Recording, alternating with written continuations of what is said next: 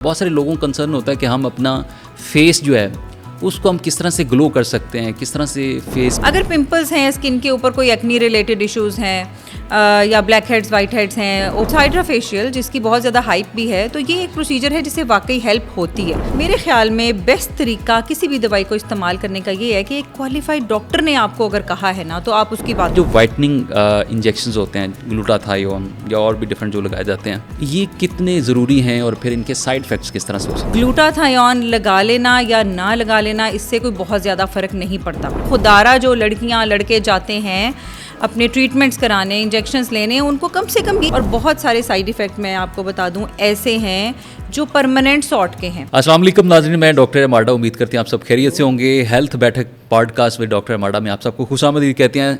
सामीन, आज हमारा दूसरा पॉडकास्ट है और इस पॉडकास्ट में हमने एक ऐसी पर्सनैलिटी को मदऊ किया है जो किसी तारफ़ की मोहताज नहीं है। Associate professor doctor Ayesha gas.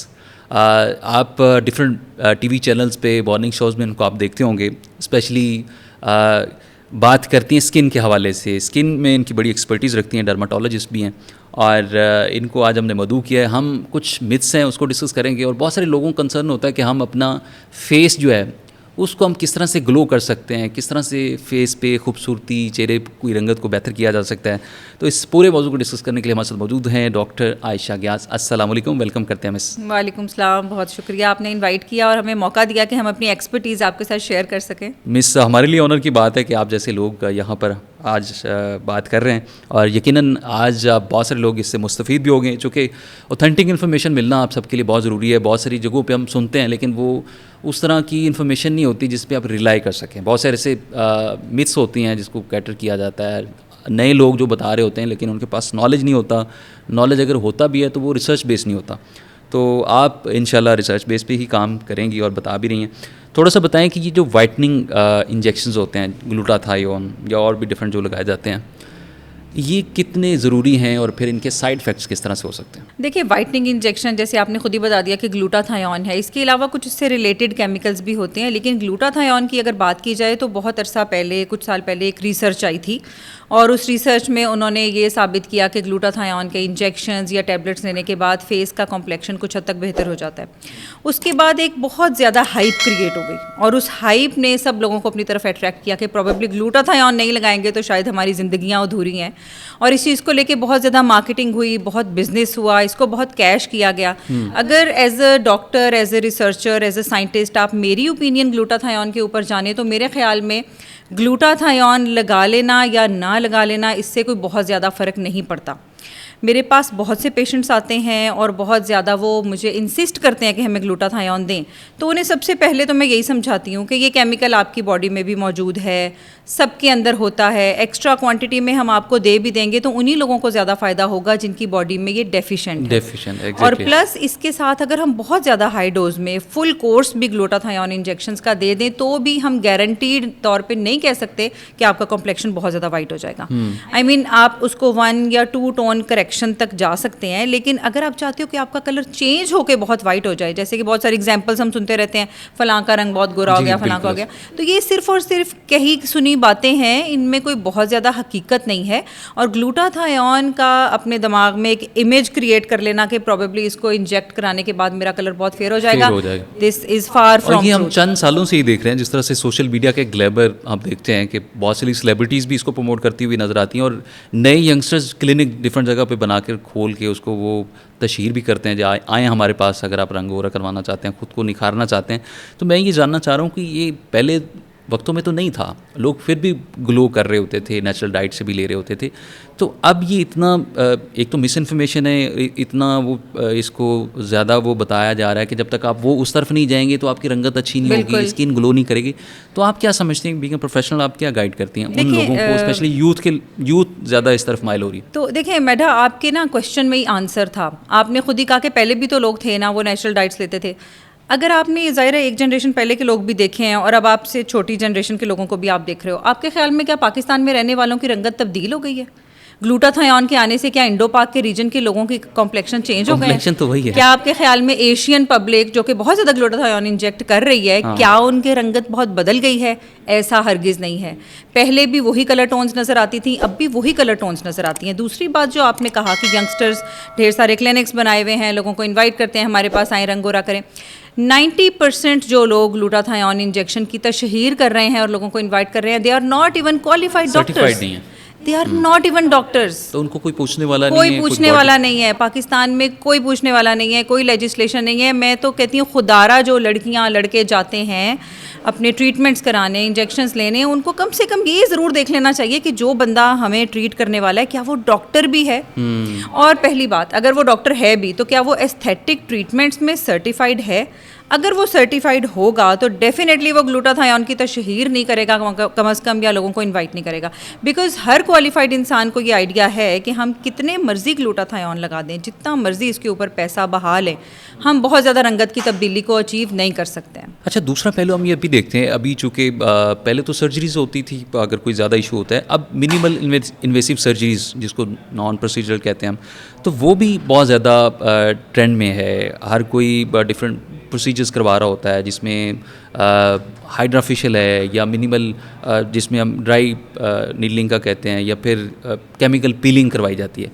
तो ये करवाना किस हद तक ज़रूरी है, क्या समझती हैं आप? देखिए, ज़रूरी तो प्रायोरिटीज़ होती हैं। अगर मेरी प्रायोरिटी मेरी स्किन हेल्थ है तो मेरे लिए वो ज़रूरी है, और अगर मेरी प्रायोरिटी नहीं है तो वो नहीं ज़रूरी। अगर किसी अगर इफेक्ट की बात वगैरह की या कोई और अगर इस तरह के इश्यूज़ हैं तो येस, आपको इन प्रोसीजर से बहुत फ़ायदा होगा।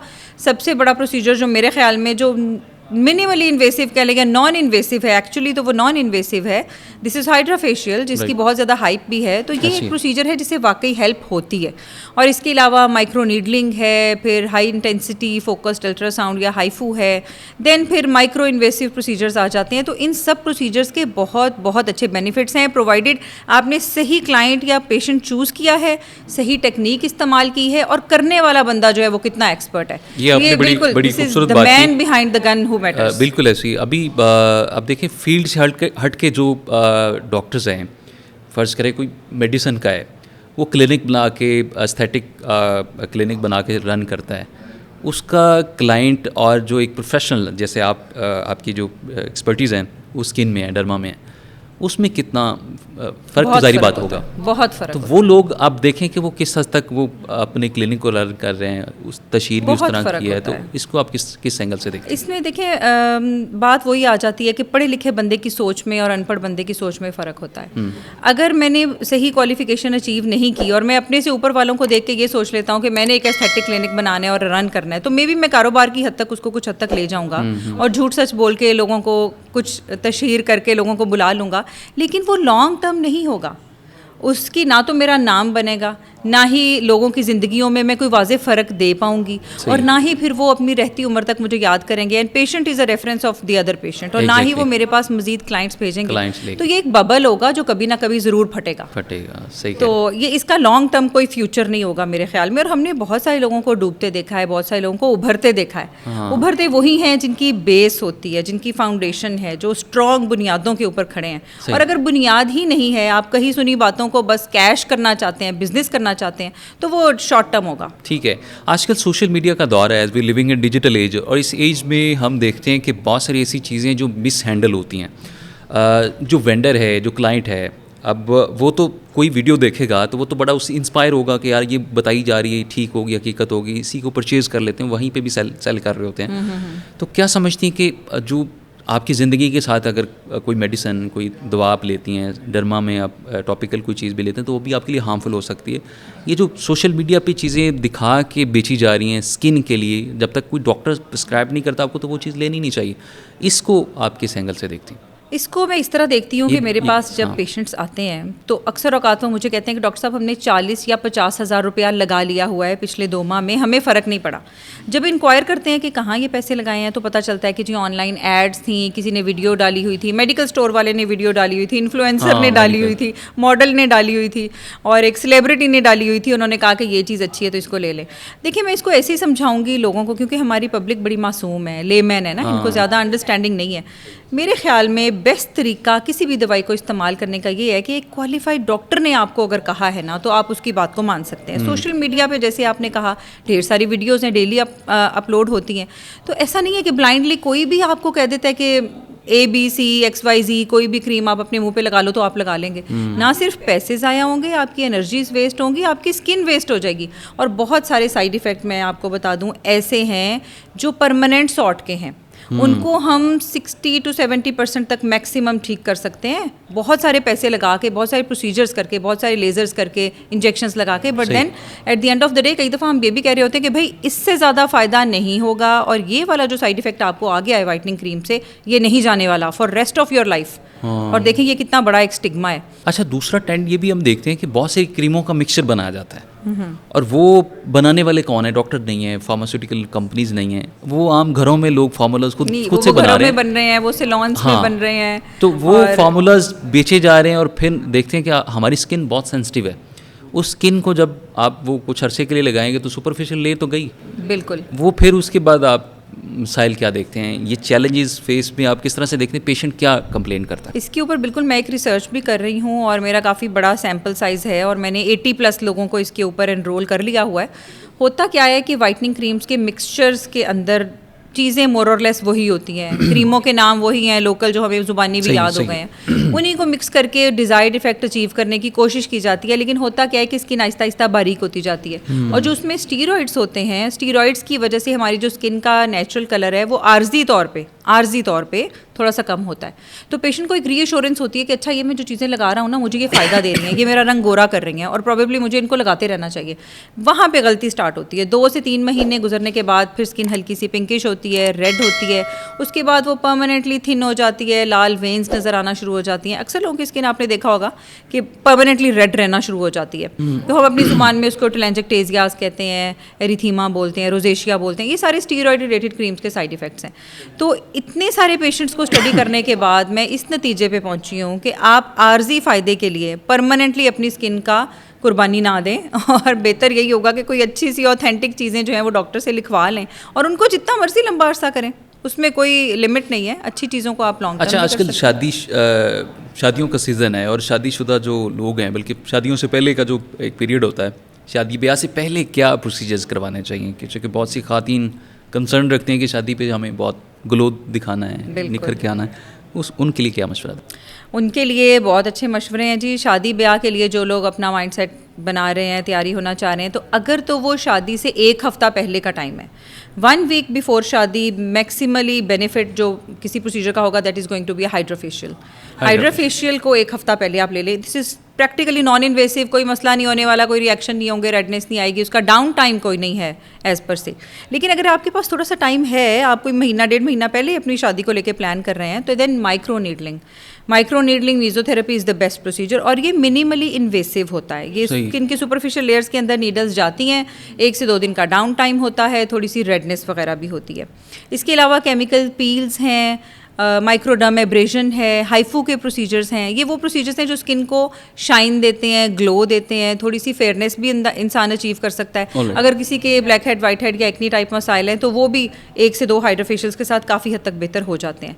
तो शादी से पहले जो प्रोसीजर्स हैं ना, उनको चूज़ करना बड़ा इंपॉर्टेंट है। कई दफ़ा ये होता है, आजकल जो मैं देख रही हूँ सैलून्स का ट्रेंड है कि 2 या 3 केमिकल फेशियल्स का पैकेज देते हैं वो, और क्लाइंट को ऐसे अट्रैक्ट करते हैं कि इन्हीं पैसों में आपके 2 या 3 फेशियल्स हो जाएंगे सैलून्स में। और वो ब्लीचेस का इस्तेमाल इतना ज़्यादा कर देते हैं कि by the end of the, जब वो शादी का टाइम आने वाला होता है, उस वक्त तक स्किन का सत्यानाश हो चुका होता है। विदाउट कंसेंट कर रहे होते हैं, राइट? नहीं, विद कंसेंट ही कर रहे होते हैं, लेकिन पेशेंट अपनी मर्जी से जाता है ना, उसको कोई लेके तो नहीं जा रहा वहाँ पे सैलून पे। लेकिन वो 2 से 3 ब्लीच वाले फेशियल करा लेना चंद ही दिनों में, तो वो स्किन का बुरा हशर तो होगा। मेरे ख्याल में ये चीज़ें जो है ना, ये डिस्करेज करने की बहुत ज़रूरत है। शादी से पहले बहुत माइंडफुल होना चाहिए बंदे को।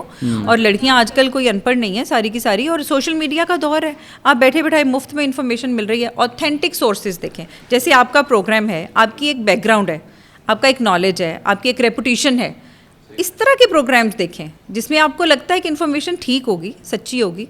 ऐसे ही। अच्छा, दूसरा एक थेरेपी होती है, जूस थेरेपी रिकमेंड किया जाता है। बहुत सारी खातीन ये भी इस्तेमाल करते हैं कि डिफरेंट जूसेस का ब्लेंड भी लिया जाता है, या एक पोर्शन होता है कि 2 दिन मैंने फ़लाँ फ्रूट का जूस लेना है, फिर 2 दिन ये, तो वो उस थेरेपी को भी लोग फॉलो कर लेते हैं, वो कितनी हेल्दी है आपकी बॉडी के लिए या स्किन के लिए, क्या कैसा? देखिए, स्किन के लिए फ्रूट्स एंड वेजिटेबल्स जो हैं बहुत अच्छे हैं, बहुत ज़्यादा अच्छे हैं। यहाँ तक कि मैं कई दफ़ा मिडिल मील स्किप कराती हूँ, लोगों को ये कहती हूँ लंच नहीं लेना, सिर्फ सब्ज़ी और फ्रूट खाना है, इतना इंपॉर्टेंट है। बट येस, उनका जो जूस लेके ओवर द टाइम लेना, उसका ग्लाइसीमिक इंडेक्स हाँ, या वो उसके अंदर रेज जो करता है। शुगर की मिकदार है वो इतनी होती है कि आपके खून में एक पल्स आती है, एक एकदम spike वेव बनेगी। आती है, एक स्पाइक आती है शुगर की, which is very bad for your health. और I am one of those doctors जिनका माइंडसेट ये है, जिनका स्कूल ऑफ थॉट ये है कि मैं जूसेस को रिकमेंड नहीं करती, चाहे वो कुदरती जूस है, नेचुरल है। सही। I just do not recommend. मैं कहती हूँ पूरा फ्रूट खाएं, उसमें पल्प भी होगा, फाइबर भी होगी, जूस भी होगा, और जितना कुदरती तौर पे आपका मैदा उसको ले सकता है वो उतना ही लेगा। तो शुगर की स्पाइक होना जो है ना, ये अच्छा नहीं है। और स्किन की जो हेल्थ है ना, उसको अचीव आप फ्रूट्स और जूसेस के, उसके वेजिटेबल्स के साथ कर सकते हैं। ये कोई ज़रूरी नहीं है कि वो जूसेस का पूरा वो किया जाए। ठीक है, protocol। आजकल माएँ अपने बच्चों की ब्यूटी को भी लेके बड़ा कंसर्न रखती हैं, और चूँकि बच्चा है तो उसकी स्किन ज़्यादा सेंसिटिव है एज़ कम्पेयर टू इंडिविजुअल जो अडल्ट लोग होते हैं। तो ट्रेंड भी है, माएँ बच्चों को क्रीमें भी लगा रही होती हैं, तो बच्चे की स्किन पे ये किस हद तक असर अंदाज हो सकता है? इससे रिलेटेड तो आपने मुझे 2-3 स्टोरीज़ याद करा दी हैं। अब स्टोरीज़ तो नहीं बता पाऊंगी, लेकिन मैं कोई एक स्टोरी आप बता एक दें। स्टोरी का जिक्र कर देती हूँ। अभी कुछ अर्सा पहले संडे का दिन था, और संडे मॉर्निंग से जो फ़ोन बजना शुरू हुआ, usually I don't take phone calls on Sunday, but since वो एक ही नंबर से बार बार कॉल आई जा रही, तो समहाउ मैं कन्विंस हो गई कि चलो ठीक है, देख लेते हैं। तो मैंने कॉल सुन ली। It was one of my very old patient और क्लाइंट। अच्छा। She was talking from Muridke, और इसने कहा कि डॉक्टर साहब, मैं आपको बहुत दफ़ा दिखा चुकी हूँ, अब मैं किसी नंबर से बस मैं आपसे बात कर रही हूँ, मेरे बच्चे की ना स्किन जल गई है, आपको अपने बच्चे का वास्ता, आप जो है ना मेरी बात सुन लें। अच्छा, मैंने कहा जी बताइए। हुआ क्या कि उन्होंने कोई मास्क बनाया था 1-2 दिन पहले अपनी हमसाई के कहने पे, वाइटनिंग मास्क के नाम से, और उसके अंदर पता नहीं क्या कुछ डाला था, उन्होंने वो अपने बेटे को भी लगा home remedies, yes home remedy, and the boy was around 3 to 4 years of age. और बच्चे की स्किन आपको पता है साइंटिफिकली वो बच्चे की स्किन फर्क है, वो एक क्लीन स्लेट है, वो मेच्योर है, वो एक्सपोज नहीं है, हार्मोनल उसके ऊपर असर नहीं आए हुए, उसके ऊपर मास्क लगाया, वो जल गई, वो रेड हो गया, और अब शी वाज इन पैनिकी कि मुझे कुछ करते हैं। तो इसी तरह के इंसिडेंसेस रोज आते हैं कि बच्चों की स्किन के ऊपर माएँ तजर्बे कर रही हैं।